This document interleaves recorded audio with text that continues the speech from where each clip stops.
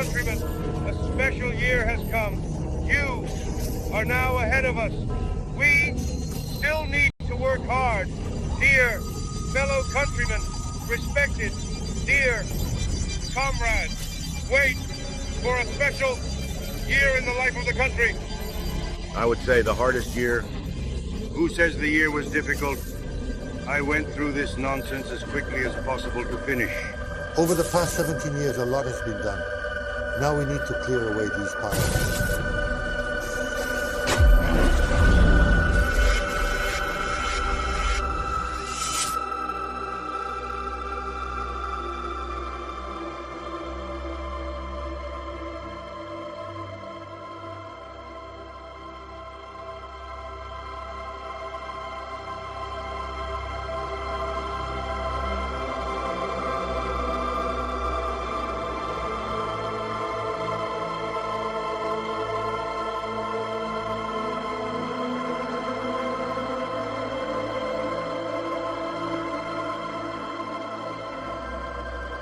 It is written in Perun's second or third circle that the approach of the star Mars is coming.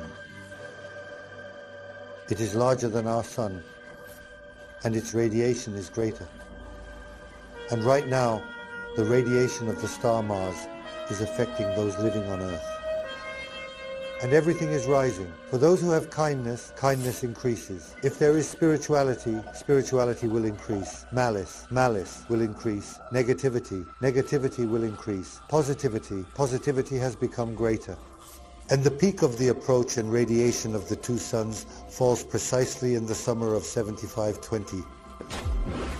That is, then the system of Yarila the sun leaves the territory, the cosmic territory, controlling the dark, world of darkness. According to the ancient Slavic Aryan calendar, which is called Kalyadi Dar, a change of eras is supposed to occur at the turn of 2012.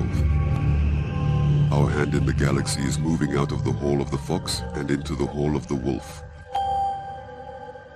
In the Greek zodiacal system, this is called the arrival of the age of Aquarius. According to the Vedic tradition, the Kali Yuga era, characterized by total lies and betrayal, is coming to an end. 40,000 years ago, while visiting Midgard, God Perun told our ancestors about the upcoming changes. Today, we have the opportunity to evaluate this prophecy based on events that have already occurred. Many of the tribes of the great race will spread across all corners of Midgard and establish new cities and shrines, and preserve the sacred Vedas given by Tarkam Dakbogs and other bright gods.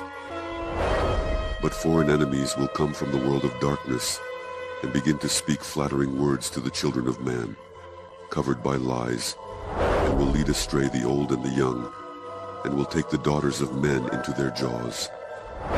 By their gray skin, you will recognize the Wonder Earth enemies. They have eyes the color of darkness, and they are dual-gendered, able to be a wife or a husband. With lies and unjust flattery, they will seize many lands of Midgard. But they will be defeated and sent to the land of handmade mountains, where people with rings of darkness and descendants of the heavenly race will dwell, and the children of man will begin to teach them to work, so that they can grow grains and vegetables for the nourishment of their children. But the lack of desire to work will unite the foreigners, and they will leave the land of handmade mountains and settle in all corners of Midgard. And they will create their own faith and declare themselves the sons of the one God, and will bring their own blood and the blood of their children as offerings to their God. And they will create a golden bull as a powerful symbol of their power, and they will worship it with reverence just as they do their God. And the gods will send to them the great traveler, the bearer of love, but the priestesses of the golden bull will betray him to a martyr's death, and after his death they will declare him a god, and create a new faith built on lies, blood, and oppression.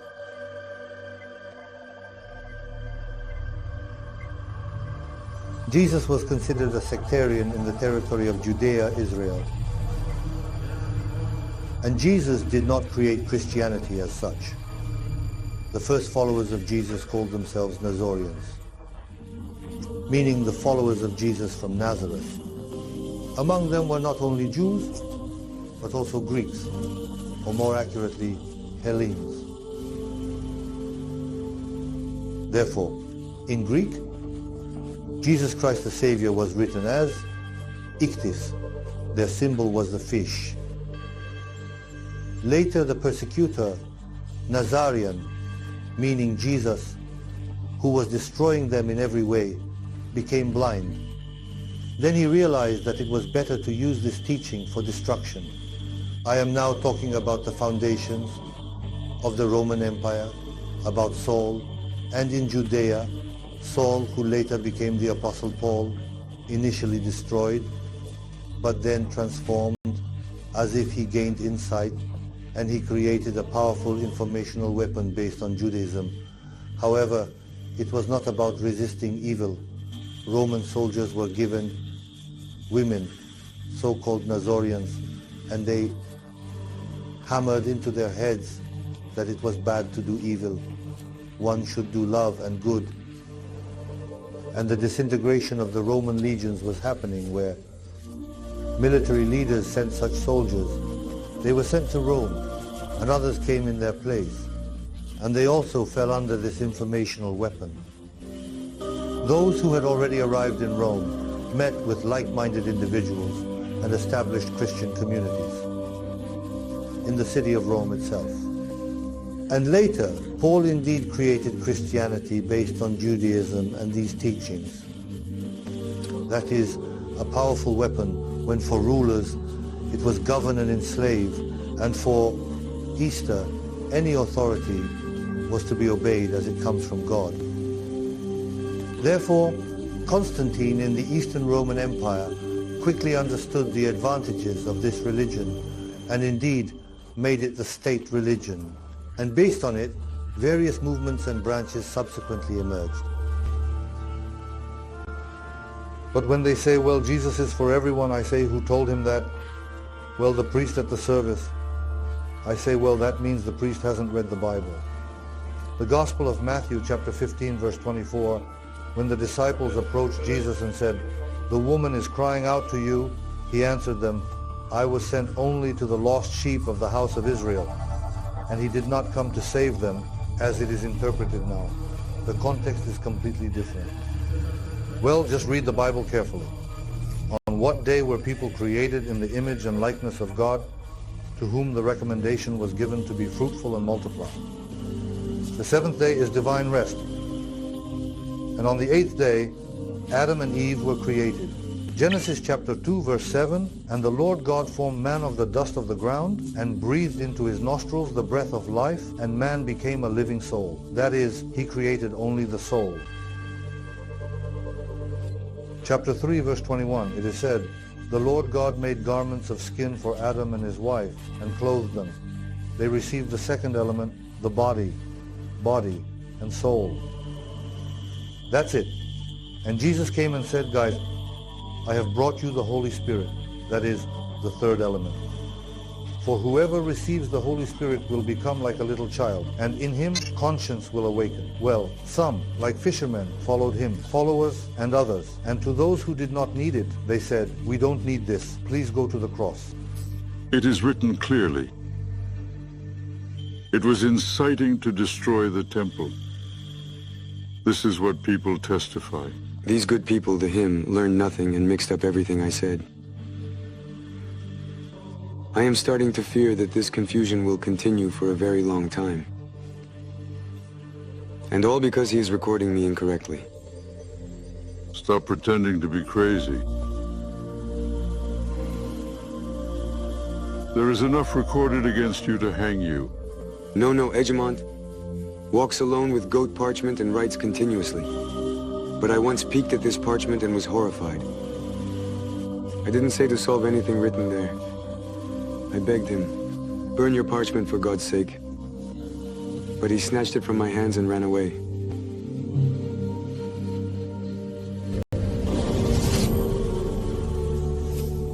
Who was the first fisherman called by Jesus? Andrew was called. That's why he is named Andrew the first called. The question is, where in the Bible is the Gospel of Andrew? No, it was banned. And why? Because chapter 5, so-called of the Apocrypha of the Gospel of Andrew, begins. And Andrew was asked by his disciple Ionin, Rabbi, to which people should the good news of the kingdom and heaven be brought? And Yeshua answered him, carry it to the eastern nations, the western nations, and the southern nations. But do not go to the pagans of the north, for they are sinless and do not know the sins and vices of the house of Israel. That is, Jesus forbade going north, not just to northern countries, but to the north of Israel. For he, the head, in the Gospel of Matthew said, do not enter a Samaritan city. Samaritans, themselves Aryans, live by their own laws. There is nothing to do there.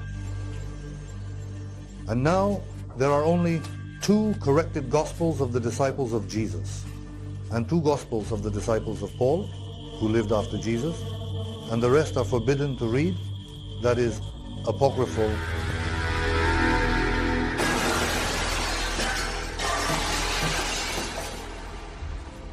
It is known that Jesus Christ was taught by the Magi, meaning Christians.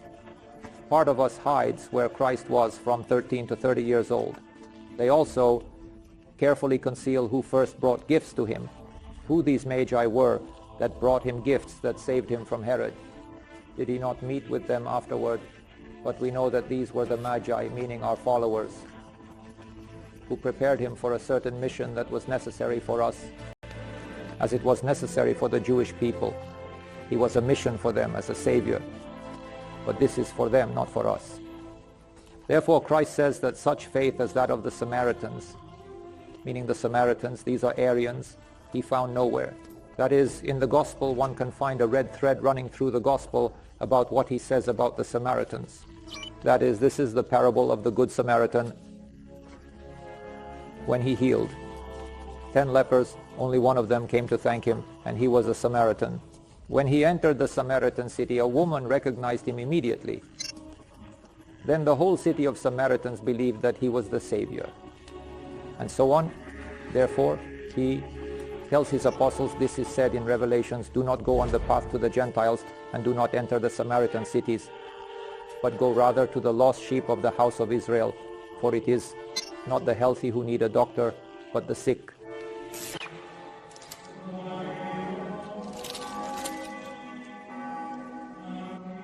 Father Altorio told me about you. Do you hear me, please, Your Eminence? I will make the word of God among these living, and I will turn them into 1 billion. And if the Lord wills, I am certainly glad to lose in the name of faith. The Pelirrojos are waiting. Time. And time will not be. They will welcome Catholicism. Our church has important matters. You are Polish indeed, right? What importance can there be when one needs God? In this case, I definitely believe I have celebration for Russia. La Russia e i paesi e namze e savage. The goat is far away and solo. Save the date for the party for Russia, to the greater glory. To the greater glory.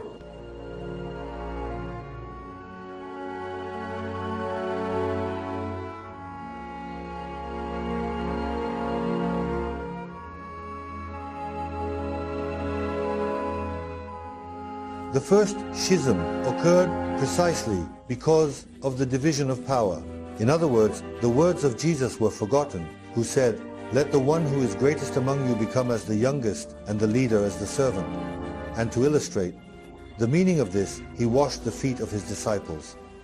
He showed that before God or the gods all are equal, that there is no human authority, but rather authority that comes from above, and first and foremost, the authority of conscience. This is what was shown, and then it continued. The Aryans were the first to be accused of not recognizing Jesus as Lord, but acknowledging him as a prophet and teacher, which he truly was. Then the Manichaeans appeared, then a council was convened, these are the sects, while we are the Church of Christ. And this continued until the year 1054, when again there was a division for power, and the one sitting in Rome declared himself the vicar of God on earth. And the schism led to the Western Church proclaiming itself universal, that is, Catholic. And the Eastern Church said, we will remain on the old canons, on the old rules, on the old foundations. Therefore it came to be called the Orthodox Church. In Greek it means unwavering adherence to the original faith. And to distinguish itself, Latin was invented as the church language. This is when Catholicism began to spread across European countries. And there were also the fires of the Inquisition, where any dissent was destroyed, and people saw that these obscurantists were simply slaughtering the population, leaving burned cities and barren lands. Sources describe that in Europe, before Christianization, there were about 800 million people, and by the 19th century, only about 2 million remained. That is, this is how many had to be destroyed, and how many were not born. The same was true in Russian territories, in Slavic lands. In just 12 years of Christianization, in the Kiev region, which is what Kiev Rus was called before, out of 12 million, 9 were physically destroyed. And the forced Christianization across the Slavic lands led to what are known as the years of turmoil, when popular uprisings occurred. Widespread destruction of Christians, that is, they were simply killed on the cross. That is, it was considered a betrayal of one's kin, native land, and ancestors. Therefore, a so-called dual faith emerged in Rus.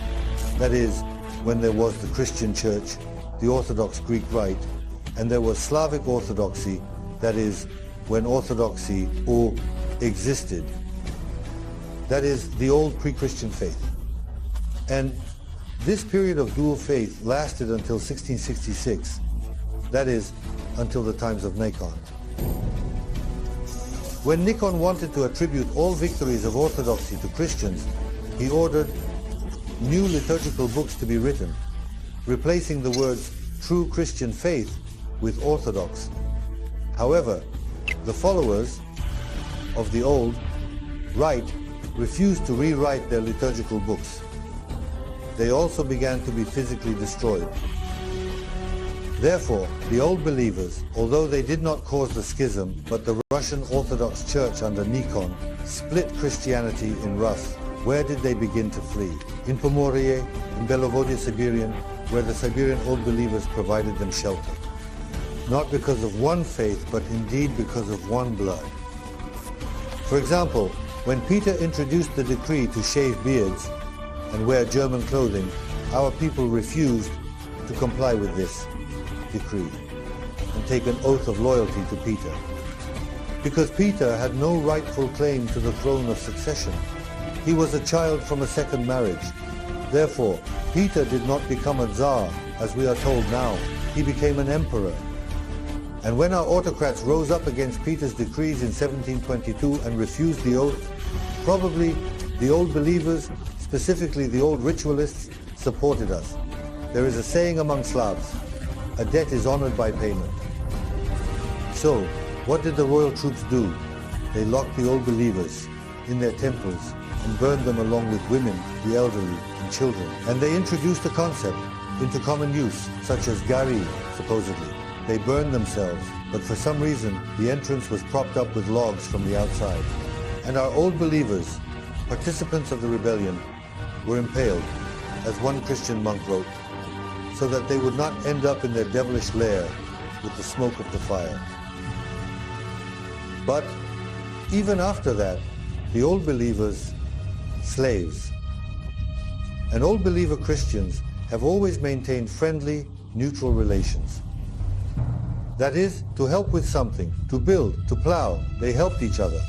But when it came to matters of spirituality, your faith is yours and ours is ours.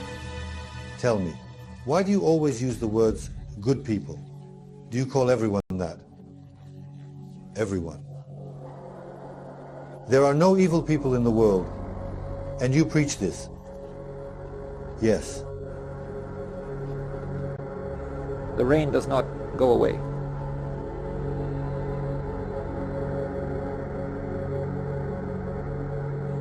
song.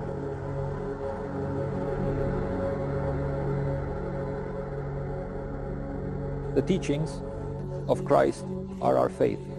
He carried faith. There is only one faith. He simply projected this faith for the Jewish people and provided this projection as a way for them to navigate their situation. And therefore, when Christianity had already come here to the territory of Russia, it was already a completely distorted teaching. It was a Pauline church, but not a Christian church. And already it was like a completely hostile religion towards us as a white people. That is, it was a slave ideology that was completely not comparable to the teaching that Jesus Christ originally gave. And he did not give it for us. We gave him this, presented this science of faith, he projected it onto the Jewish people. Then the ideologists of Judaism distorted all of this, created a religion of slaves, and brought it to us in the territory of Russia. So modern Christianity and the teaching of Jesus Christ are absolutely different things.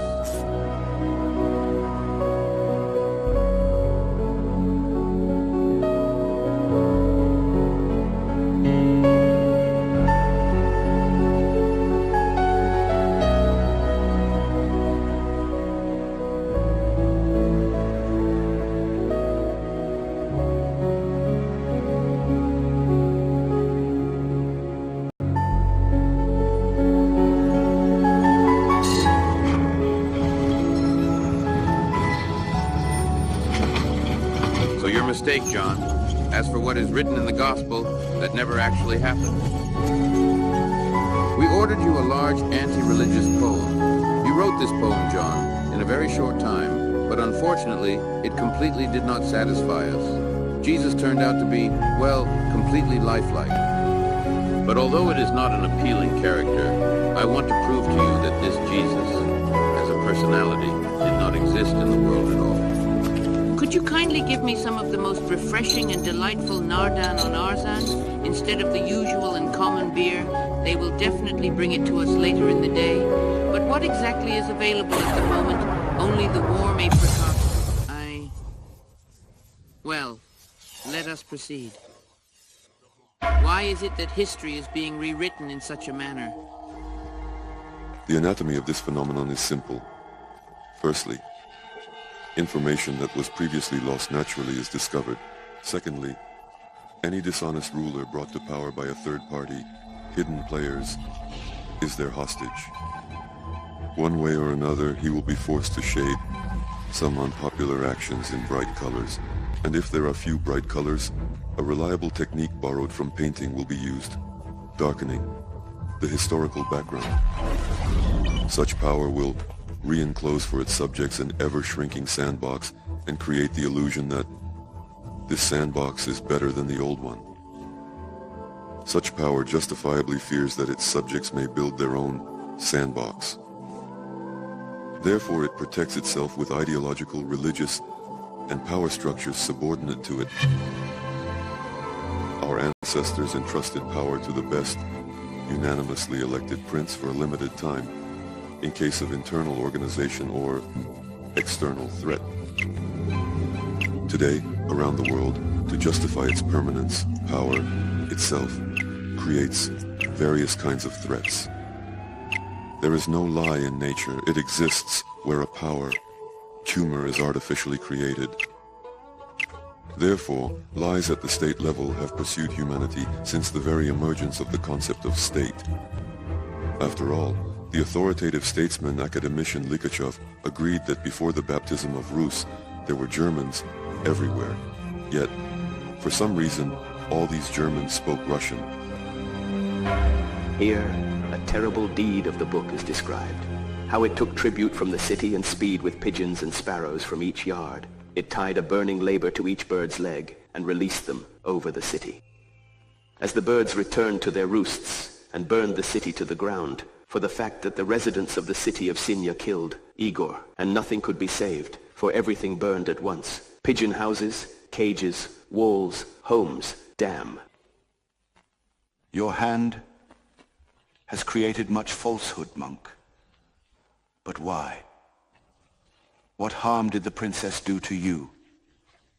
Answer, for it is all falsehood, and I am a witness to that. You are a witness to what your blind eyes have seen, for the Spirit of God has not enlightened you. The soul of the leper is blind. You will die, blind witness, and I will die, sinful monk. What is written will remain for people, that which has been inspired in me from above. The truth about the dark, wicked pagan woman upon whom God's grace descended and turned her away from sin. As you spoke, I understand. Of course, what good is a good pagan becoming a good Christian?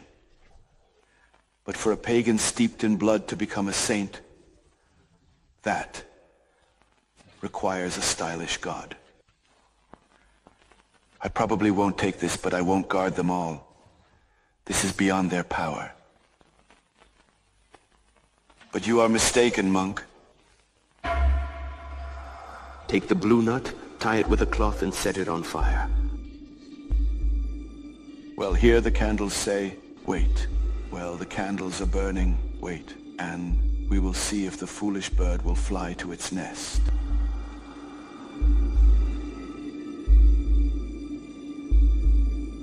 The same Princess Olga of Kiev. So many fables have been invented about her, but the events were completely different.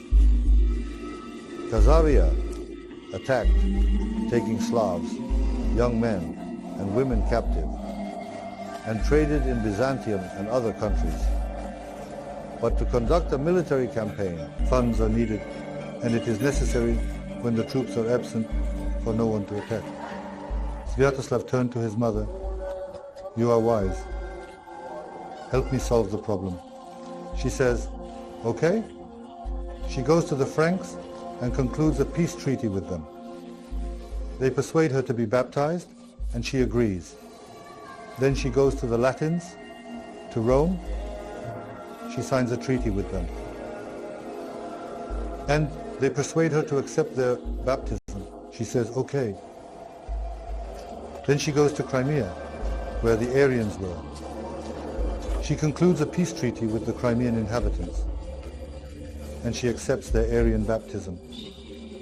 Then she leaves to Byzantium, to Constantinople, and she appeals to the emperor, give me money for the war as a loan.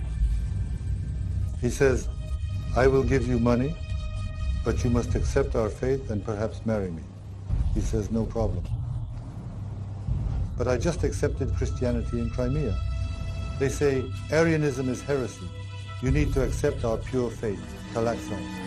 She says, no problem, just give me the money. The emperor gives money. She sends the money to her son, and her son goes on a campaign against Khazaria.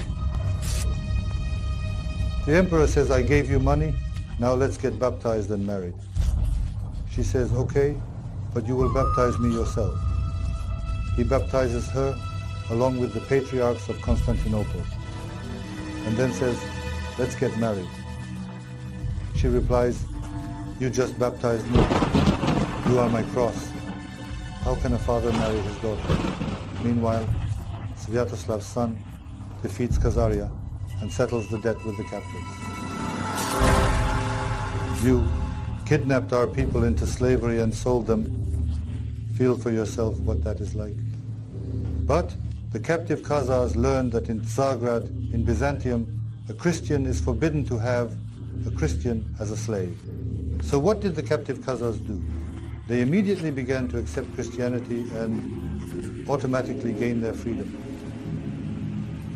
And then they began to penetrate into Rosa's missionaries.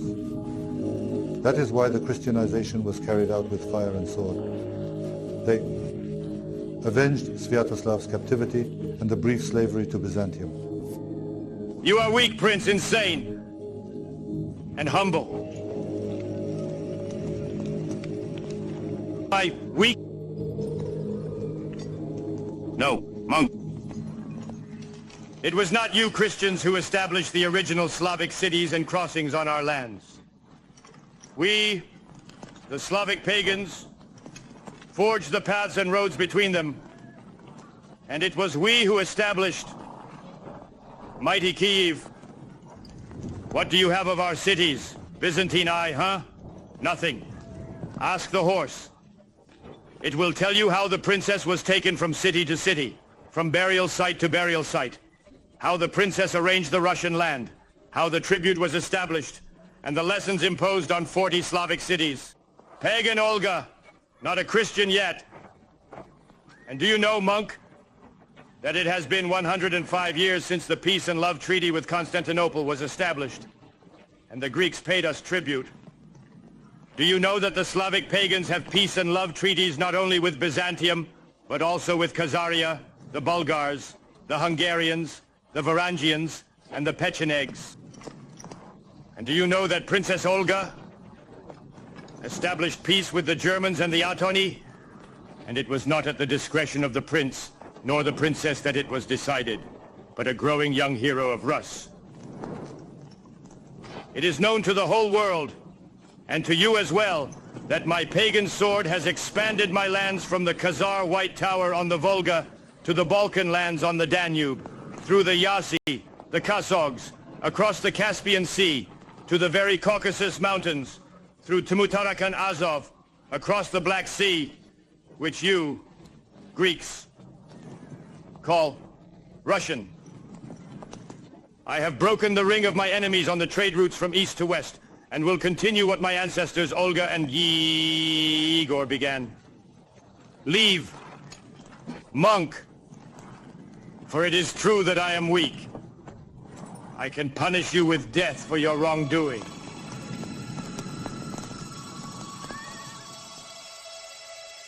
One can hide facts, give false testimony, forge manuscripts, and destroy witnesses. One can even blow up the planet. The only thing that cannot be done is to irretrievably erase the original images of the language from the memory of the people. As long as we are lions, language will be the tool and guarantee in the discovery of both truth and falsehood. In ancient times, the army was called the Huns. What are the Huns? Official science says that this is some kind of people. No. What people? They are not a people. A united army. So earlier there were clan militias. This is in ancient times. Then militias of separate peoples appeared. They were also professional. They were called the Getae, warriors. When Alexander the Great went to Central Asia, clashes occurred between the Getae of Rusinia and Alexander's army. In the first of these clashes, the Getae were defeated. He had a well-organized army, so to speak. And here there were still separate militias. And under the influence, so to speak, of these defeats, the priests of Rusinia then made the decision to create a new army. And they united these Getae, militias of different peoples, into one army.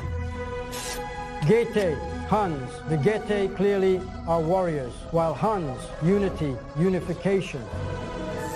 The Goths are Huns. They give Huns, that is, united troops. It was a professional army, not a people at all.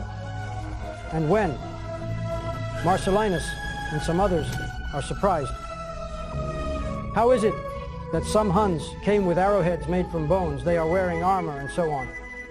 What arrowheads made from bones? We have in the Omsk region, here in Bolshereki, 170 kilometers north of Omsk, there was an ancient city called Vendogard. Now it is the site of Batakova. This city has been excavated there.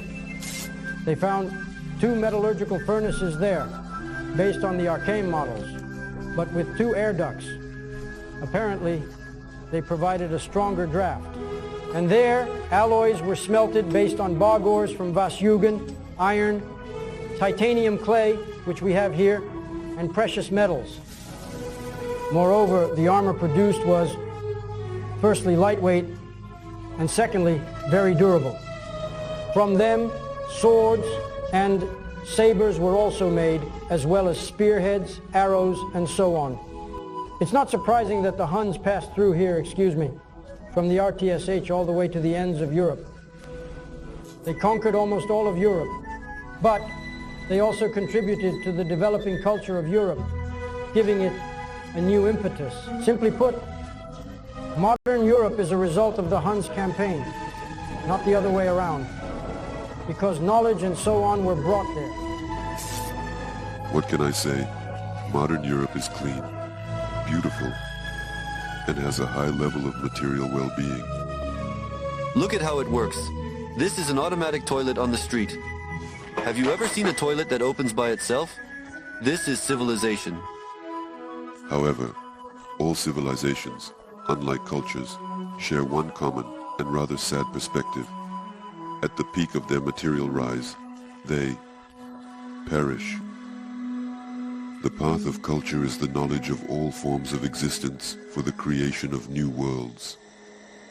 The path of civilization is the total affirmation of matter, spiritual oblivion, and demise.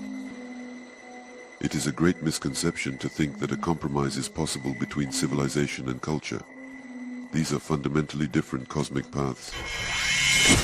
Has it become easier after joining Latvia? Yes. I will tell you, honestly, no. My wife is taking care of a small child. Is there any kind of allowance? Yes. It's minimal, 300 lats. Almost worse, like when it was Russian. Russia. When it turned out that the concept of the Rural Agricultural Union is not what our peasants thought, with various standards of implementation in our and other countries, they will do everything to prevent us from producing agriculture. If we consider Lithuanian agriculture, it was set back 42 years, strangely enough, and the same goes for industry. Poland would never have entered the European Union if it weren't for the Catholic Church, which pushed people into the European Union. The people felt all these charms of the European Union: high taxes, inflation, rising prices of basic food products. Latvia was considered an industrial country.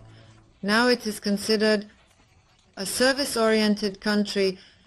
The population has decreased by at least 300,000, not counting the decline in birth rates, and you move to new. In 1990, Lithuania created a state, and it did not owe a cent to any state. Now the debts, so to speak, are 4 billion euros. And the main thing is that we are buying secondary, declining. We must consider that we live in poverty.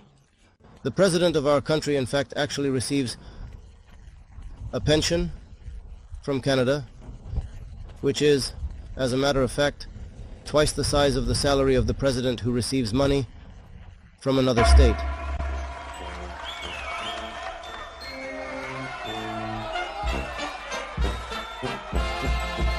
The question of who fertilized Europe with knowledge and culture is rhetorical for leading figures, but it is a sore spot for Europeans. Ambitions and excessive vanity prevent them from accepting their past backwardness, as well as their military defeats. It was with European historians who wrote our Russian history for us that Mikhail Lomonosov and other bright minds fought. Through the window into Russia that Peter opened to Europe, along with the rather modest achievements of European civilization, flowed alcohol, tobacco, lawyers, moneylenders, various trinkets, and the vices of the corrupt old world. It was an even greater infection, not a cure for one's own parasites. Take, for example, the French Queen Marie Antoinette. She bathed twice in her life. Once when she was baptized, and once before her execution. So what did they buy in Russia on Slavic lands? Silks. And why silks specifically?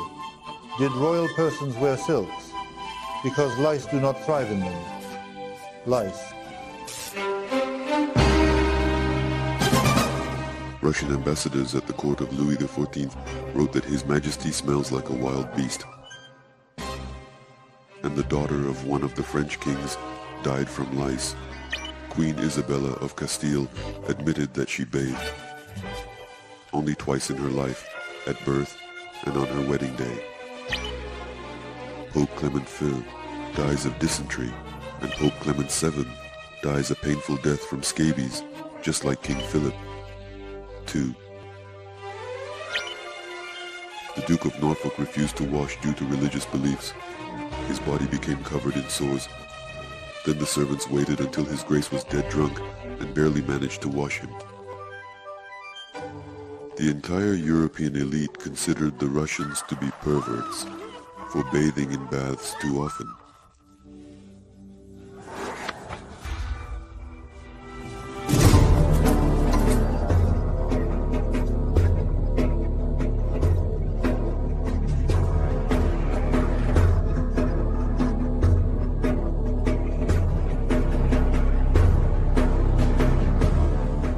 Since childhood, we teach our children to wash their hands and keep their bodies clean, but few care about keeping the images of their native language clean. After all, there is no magic stronger than the magic of words. The world is created in the image. All types of matter are created according to images. By distorting our native speech, we distort images and consequently lose access to the former multidimensional world. If diversity is mixed and merged into a global unified pot of universal human values, it will result in a technologically convenient but lifeless mechanism. There will be no free play in it, and play is far from a banal entertainment.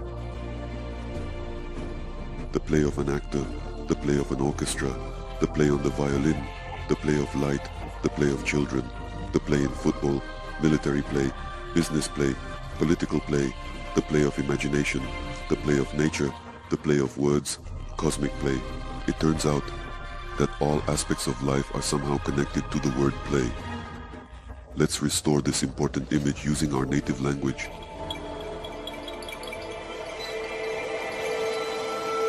All words were once abbreviations that were generated by the combination of independent images of runes or letters.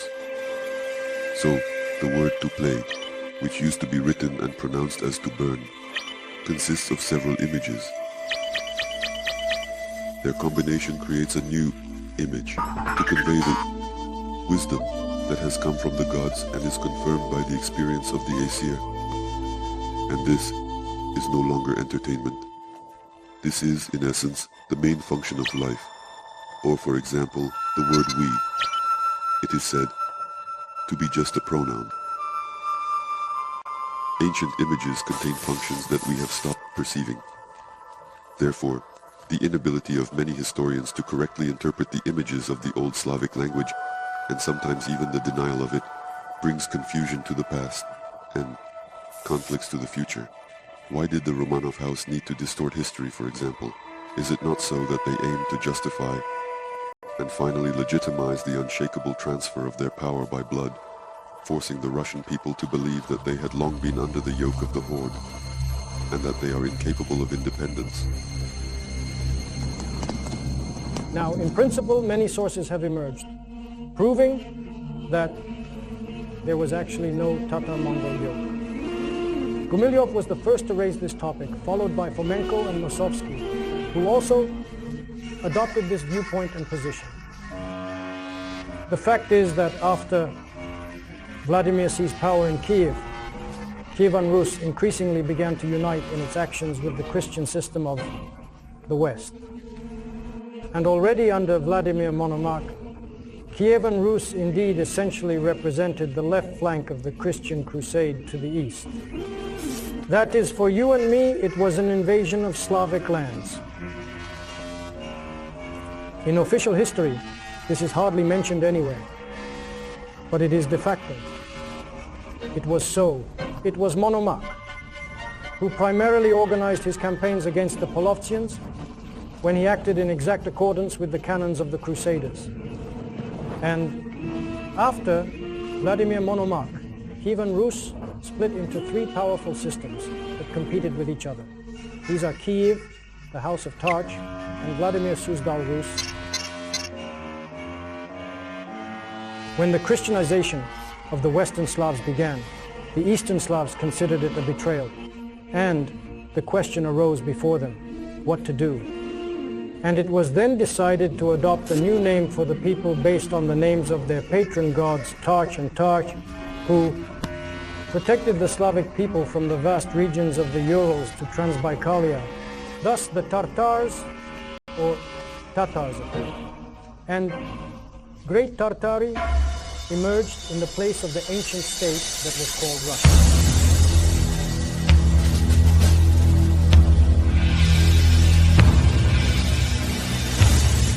Yaroslav the Wise established very intensive connections with the Eastern Slavs and Great Tartary before the so-called Tatar-Mongol invasion.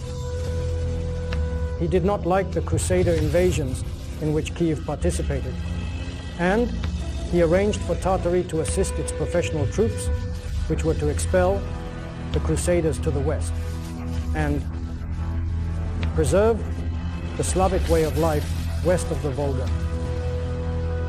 And so this campaign took place. It was like a liberation campaign aimed at eliminating or stopping the Christian Crusader invasion. The results are well known in this regard. The Crusaders were defeated and 3 Baltics. And even the Mongol army reached the Adriatic, although it later turned back. Nevertheless, the Eastern Slavic lands were preserved, and power here was already stabilized under the aegis of Great Tartary.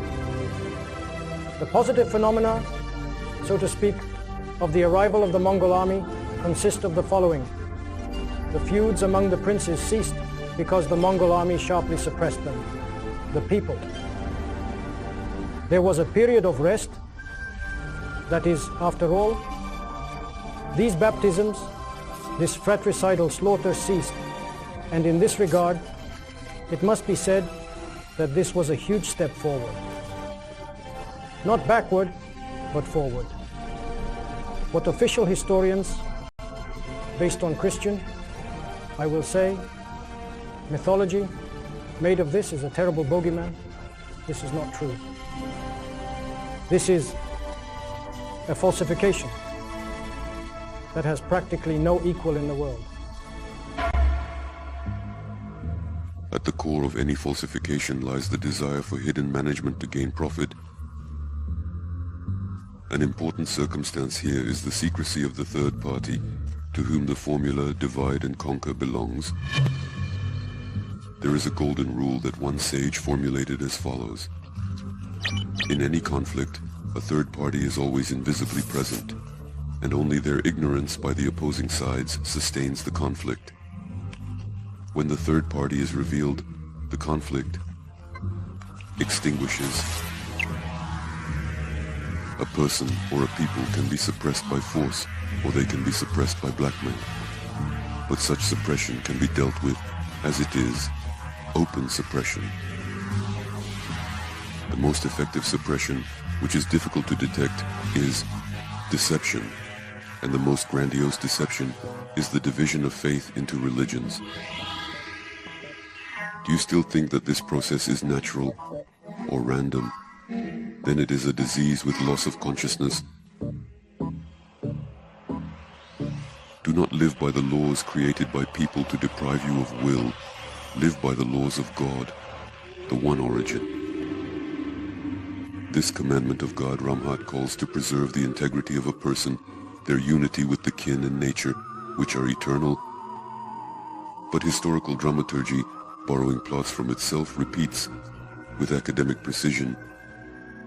Otherwise, how can one explain the closure of the Vedic Culture magazine and the investigative actions against researchers, writers, and priests of Vedic orthodoxy? To declare the most tolerant old believers as extremists, one must have either malicious intent or an inflamed consciousness. The magazine is indeed under real threat, as in our current situation, where the witness is also the accused, it is unknown how this investigation will end. At least 3 claims have been made against the magazine by police experts. They are certainly ridiculous, but nevertheless, there is no confidence that anyone is interested in the truth, rather than just a pretext for a ban. There is moral and ethical support, that is for sure. But to a greater extent, it has turned out in life one has to depend on those who are in a similar situation. The well-known Slavic writer in Russia, Vedogor Triklebov, is under the same investigation because both magazines and his book, Koshchu on Fenista, of the Russian solar bird, were taken from the same market. And the family Shvarev, who has wonderfully organized and conducts classes at the Center for Accelerated Child Development, developing super abilities in children, is in a similar position. The Russian police are seriously ill. I belong to the number of, well, constructive critics nonetheless. I always say that we do not need such a gigantic number of law enforcement officers. We need to reduce them, increase the salaries of those remaining, and place them under strict control of society and the state. But this is impossible. It is not just possible. It is necessary. It is the only way. Because all countries where citizens and society are protected, all countries where people feel safe, will do this. What is our police doing right now? What are they doing at this moment? Our police today are engaged in... I have a fragment of a video blog. It is currently one of the most popular blogs, among many.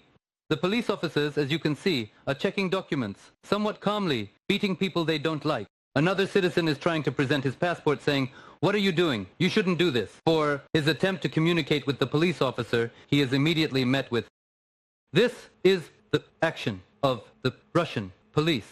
Do you believe that any of these citizens will end up in the dock?" All conditions exist.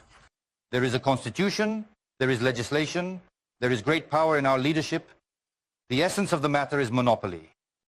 The gap between power and the people, the power, has created a system that is in fact grotesque. Well, in my opinion, it was just demonstrated how the authorities treat the people, a punch to the jaw. For some reason, it often turns out this way. We take the worst of what can be done. We took the Soviet political system, a monopoly, where you can't reach any official and you can't fire them. And we also took a wild market. The wild market has been gone. The entire market is controlled by officials. And now I want to say that the connection between the state and capitalism is what generates this. Therefore, the answer is actually one. The system needs to be changed, gentlemen.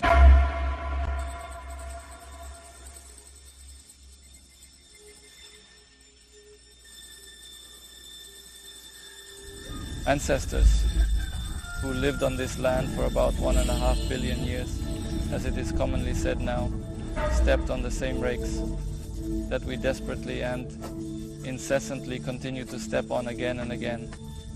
They passed on this experience. The Veda is this very experience. There is no need to reinvent the wheel. It is enough to look at this greatest, highest, and deepest wisdom, in which the correct positions in life and the right attitudes towards life are clearly prescribed, through which we can not only survive, but also become a God-bearing people, a people of the covenant. If there is experience and a wealth of knowledge, then not sharing it in these difficult times is a crime, because either our people will awaken or die in their sleep. As it is no secret to anyone, it is already obvious that Slavs and white peoples in general are in a critical state both spiritually and materially, as there is active propaganda of universal human values which are not entirely acceptable for Slavs due to their ancient way of life and ancient culture. And the mass values for a God-bearing people are the leveling of their spiritual essence. Retired Democrats and enemies abroad hinder our improvement. The fifth column, criminal plans. You certainly won't be a fashion enthusiast if he knows the biblical teaching about the origin of the world. President Putin has shown that any task is within his reach and he can handle any issues. Deceive, dismember, and divide, and this is the global policy towards Russia today. I am disgusted by the stinginess of the French, by the arrogance of the Poles. I tremble from the parsimony of the English. But these are the weaknesses of close, almost kin people. That's why I am so indignant about this. because these are my own people. A sense of national pride and self-awareness is emerging among the citizens of the Russian Federation, and we must respond to this feeling, an ideological vacuum. Formed after the collapse of communist ideology, it is being filled. And it will definitely be filled, either with extremism, chauvinism, destructive nationalism, and national intolerance, or with our active support for humanitarian universal values. Hundreds of specialists from the Moscow Mint of Gvozdyak are working on creating a copy of the oldest Quran in the world, the original of which is stored in the St. Petersburg Museum of Oriental Studies. What comes out from under the press is not just a copy. The pages of the Quran are golden in both literal and figurative senses. They are placed in ornate frames, in cases made of red wood, and now the Quran will only be handled with white gloves. This is the only copy of the Golden Quran just made in Moscow. 163 plates made of pure gold weigh over 12 kilograms. One can read such a book with sacred texts, for example, by placing the plates in frames on the wall. This book will not have a binding. Uthman is revered in the Muslim world as a righteous caliph. He managed to create a unified text of the Quran, which is considered canonical. On the Muslim shrine, there are traces of the blood of Uthman, who was killed by conspirators in 656. If a copy was to be made, believers think it should be made only from the highest gold, 999 purity. This also indicates that we respect both religious and cultural values that, by the will of fate, have found themselves in our country. We have managed to preserve this Quran, and it has not been preserved anywhere else. And what about the preservation of our ancient Russian heritage? One wants to think that this is just diplomatic, bureaucratic games. It's just strange that in proclaiming universal human values, support for foreign religions turns out to be more important than preserving the faith of the nation-building people. How events will develop, how events will develop, how will events will show.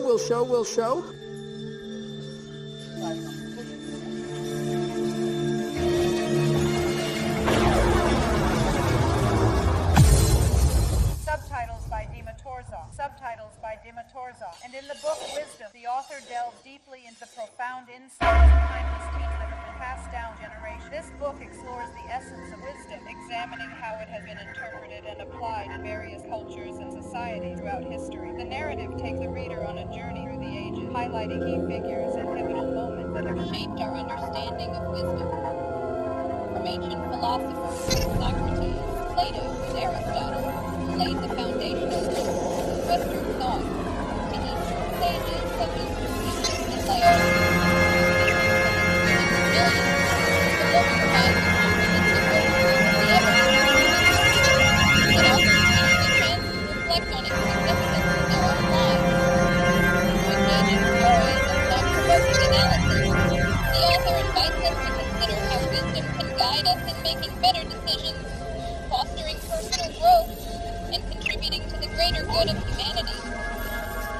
exploration of wisdom is not just an academic exercise, but a practical guide to living a more meaningful and fulfilling life. By drawing on a rich tapestry of historical and contemporary sources, the book offers a unique perspective on what it means to be wise in today's complex world. The author also examines the role of wisdom in modern society, discussing how it can be applied to address contemporary challenges, such as technological advancement, environmental sustainability, and social justice. By weaving together these diverse threads, the book paints a vivid picture of wisdom as a dynamic and evolving concept that continues to shape our world. Readers are encouraged to engage with the material, reflect on their own experiences, and consider how they can cultivate wisdom in their daily lives. Whether through meditation, lifelong learning, or community involvement, the book provides practical strategies for embracing wisdom.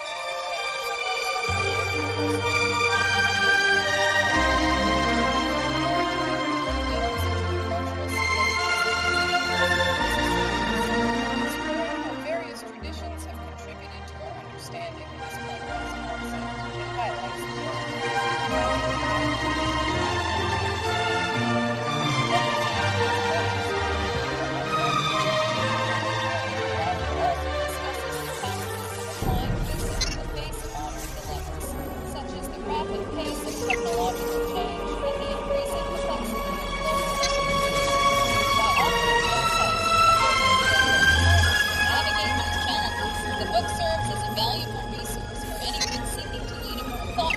impact for life. Through a combination of historical analysis, philosophical inquiry, and practical advice, the book provides a comprehensive exploration of wisdom that is both enlightening and inspiring.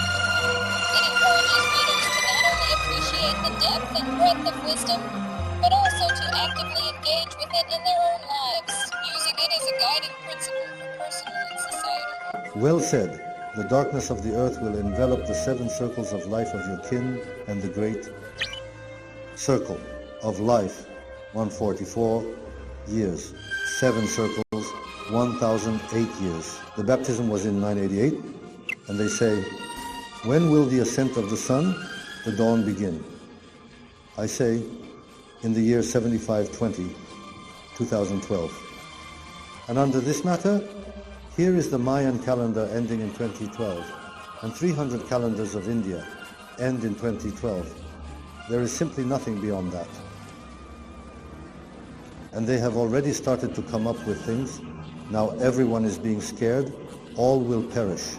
It is clearly stated about Perun, and the end of the world will come for dark individuals, and the end of darkness for the light. Therefore, whoever deserves something will get it. In ancient times, people lived by the Vedas, and accordingly they followed all traditions, and thus lived happily and long. But the time came when the Vedas began to be rejected and distorted. And this distortion, then falsification, and then complete denial have become the barrier that currently prevents many people from returning to ancient knowledge. A certain period of development is needed and will be, so to speak, society's change in the state of the world, understanding the world and people's concepts, is calculated to reach a level that existed in deep antiquity. Now this dark cycle, as I would call it, is coming to an end. The question of revival is inevitable, and it is happening with more and more people engaging in the study of ancient knowledge. At the same time, people are beginning to observe traditions more and more, establishing a way of life, as it was in ancient times. Of course, this is quite difficult, but nevertheless, it is already a phenomenon of the time, because our time, the Slavic time, is coming.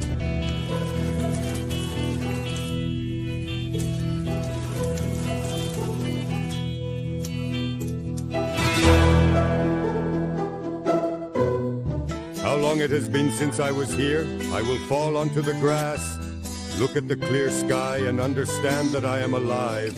The sky will ring like a bell and pour down heavily.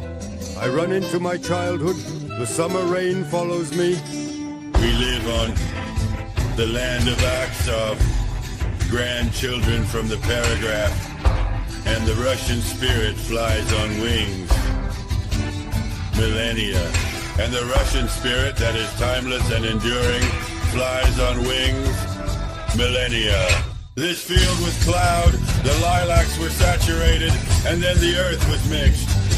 From war to war there were many warriors and brave ones. Young sons bled the earth to live freely. We live on the land of our fathers, a whip from the threshold, glorious children.